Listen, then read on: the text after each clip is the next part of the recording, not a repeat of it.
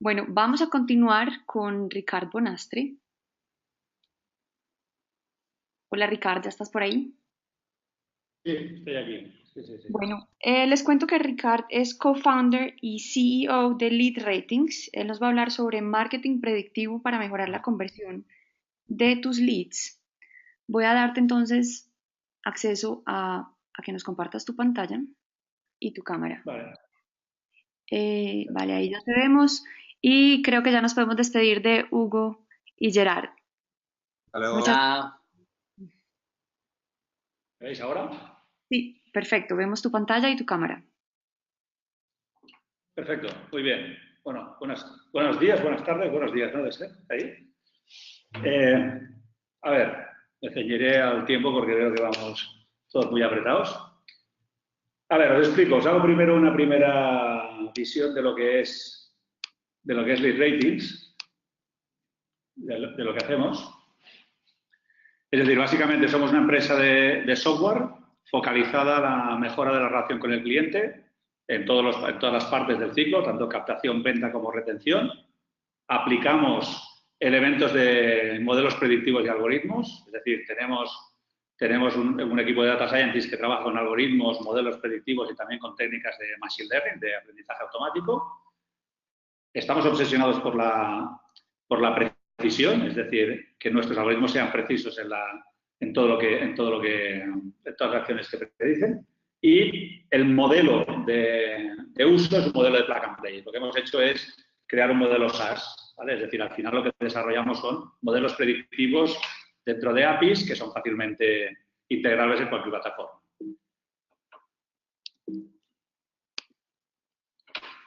Como propuesta de valor, bueno, proporcionamos algoritmos predictivos para incrementar la conversión de usuarios interesados y mejorar la fidelización. Es decir, estamos tanto en la fase de conversión como en la fase de fidelización. ¿Vale? Tres cosas rápidas. Las ventajas de nuestros algoritmos. Capacidad de autoaprendizaje gracias a utilizar técnicas de machine learning. Están customizados, es decir, nosotros desarrollamos algoritmos personalizados para cada cliente porque utilizamos sus datos. Los datos que tiene el cliente, tanto de perfil como de comportamiento. Solución SaaS, integrable en cualquier tipo de plataforma, ya sea Salesforce, Altitude, Salesmanago, Zendesk, etcétera. Y el resultado al final es mejora de la conversión, incremento del lifetime value y reducción de coste de adquisición de clientes. ¿Vale? Entonces, para centrar un poco, ¿por qué utilizar marketing predictivo? Es decir, se habla mucho de marketing predictivo, se habla mucho del uso de algoritmos y por qué, ¿no? Entonces, he cogido una información que ha dado Forrester en un informe sobre marketing predictivo. Y entonces, ellos hablan de tres elementos básicos, ¿no? El primer elemento es introducir ciencia en los procesos de marketing y venta. ¿Qué quiere decir introducir ciencia? Hombre, seguramente, claro, los modelos predictivos nos ayudan a utilizar con muchísima más eficiencia algunos elementos. Por ejemplo, os pongo un ejemplo muy fácil. Seguramente la mayoría de empresas están utilizando patrones de análisis de conversión basados en el canal de adquisición, en una variable, como puede ser el canal de adquisición, que es una variable relevante. Al utilizar ciencia, por ejemplo, utilizamos modelos multivariantes, es decir, nuestros algoritmos utilizan todas las variables que tienen. Es decir, antes estábamos viendo un formulario, pues nosotros para hacer un desarrollo de un algoritmo utilizaríamos todas las variables del formulario. Esto es una cosa. La segunda cosa es que no partimos de patrones preestablecidos, sino que al tener modelos que utilizan Machine Learning, la predicción se va equilibrando automáticamente, ¿vale? Lo cual es un tema. Esto es de lo que se trataría cuando se habla de ciencia, ¿no? Lo segundo es una mejora del ROI del cliente de forma significativa y medible. Esto es muy importante. Al final, el scoring de leads o el uso de algoritmos predictivos te permite medir exactamente el ROI, a priori además, ¿vale? Y aumentarlo de forma significativa. Y luego otra cosa que parece algo obvio, pero que en la mayoría, y como miro en mi experiencia, en la mayoría de empresas en las que hemos trabajado, es una evidencia, que no hay alineamiento entre marketing y ventas. Marketing se enfoca única y exclusivamente o exclusivamente a la captación de leads y luego ventas tiene que hacer un esfuerzo comercial. El trabajar con modelos predictivos que aseguren un scoring de cada lead que entra dentro del sistema nos permite alinear marketing y ventas. Os doy 3 datos que habla este informe. Según Dell, el uso de marketing predictivo le ha mejorado un 300% el ratio de conversión en todo su pipeline. En el caso de Citrix ha sido un 125%. Es decir, estamos hablando de mejoras muy significativas. Y en el estudio de Forrester dice que el 82% de los CMOs tienen claro que su manera de trabajar, sus procesos son muchísimo más óptimos utilizando modelos predictivos o marketing predictivo que no utilizarlos. Es decir, que al final las razones serían estas, es decir, razones de sentido común, de decir, oye, quiero trabajar con un modelo más científico, quiero mejorar el ROI del cliente y tenerlo analizado tanto a priori, y luego quiero alinear marketing y ventas. Os he preparado una serie de business case, porque creo que es la mejor manera de ver cómo podemos trabajar o cómo podemos utilizar este tipo de modelos, ¿vale? Perdonad. Entonces, a ver, al final podemos utilizar marketing predictivo o modelos sobre cualquier fase. Es decir, por ejemplo, podemos trabajar en la fase de atracción, que es analizando si una visita se va a convertir en venta. Esto podría ser un ejemplo claro. Es decir, lo que hacemos es un algoritmo que analiza el click stream del usuario, es decir, su comportamiento en la web, y una vez, si el usuario se va, abandona la web, nosotros podemos saber en ese momento, acumulando toda la información, si tenía alta probabilidad de venta o no. Esto, por ejemplo, tendría un impacto muy importante en lo que serían mejoras de proceso de retargeting, porque nosotros tendríamos una información que nos diría si este usuario que ha salido, del cual tenemos algo de información, tiene una propensión a conversión o no. Otro ejemplo estaría en el análisis del lead, el típico lead scoring, es decir, predicción sobre la probabilidad de que un lead se convierta en venta. Esto nos ayudaría a aumentar ventas y a reducir coste comercial. ¿Vale? Ahora os explicaré un par de casos de esta parte.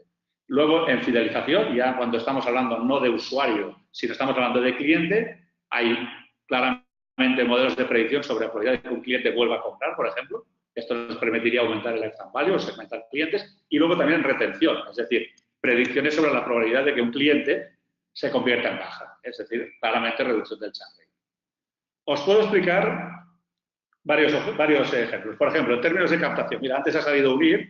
Unir también es cliente nuestro. Unir es una empresa con un altísimo crecimiento en volumen de leads y tenía un objetivo, es decir, quería asegurar que este crecimiento de la inversión, quería asegurar que este crecimiento se hacía optimizando el coste de adquisición y los equipos de venta. Estamos hablando de una universidad online que lo que hace es tratar un volumen muy significativo de leads al año.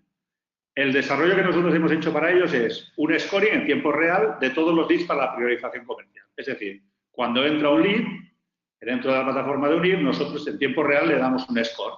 Le damos un score y decimos el valor que tiene. Y ellos, en función de este score, pueden hacer varias cosas. Primero, optimizar el modelo de contactación.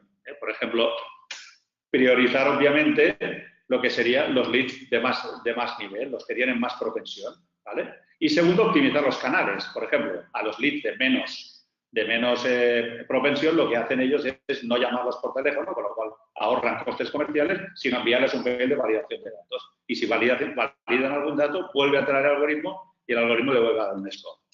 Para que veáis algo de resultados, lo que pone aquí de lead, es decir, el por 3 es la diferencia que hay entre los leads más buenos y los leads más malos. Es decir, los leads que se scorean, que dan un scoring más alto, son un 300% más buenos que los leads que dan un scoring más bajo, ¿vale?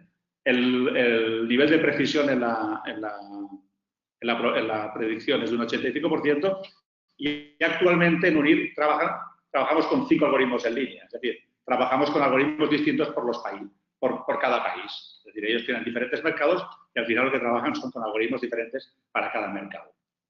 Otro ejemplo podría ser el de Contesta. Contesta es un contact center muy grande que está en España, y está en España, creo que también está en Latinoamérica, y su objetivo era incrementar el importe de la venta media en campañas de venta de productos financieros, básicamente préstamos, ¿vale? Lo que pasa es que aquí había un efecto que era muy interesante, que era trabajar sobre un modelo algorítmico o un modelo predictivo que no tuviera en cuenta solo una variable, sino más de una variable. Entonces, aquí lo que hicimos es un scoring del outbound, es decir, de las llamadas salientes, en base a conversión, importe del crédito y best time to call. Pensar que la contactabilidad es un elemento muy relevante y eso es algo que pusimos en la coctelera al generar el modelo predictivo. Es decir, la capacidad de saber cuándo es el mejor momento para llamar al usuario.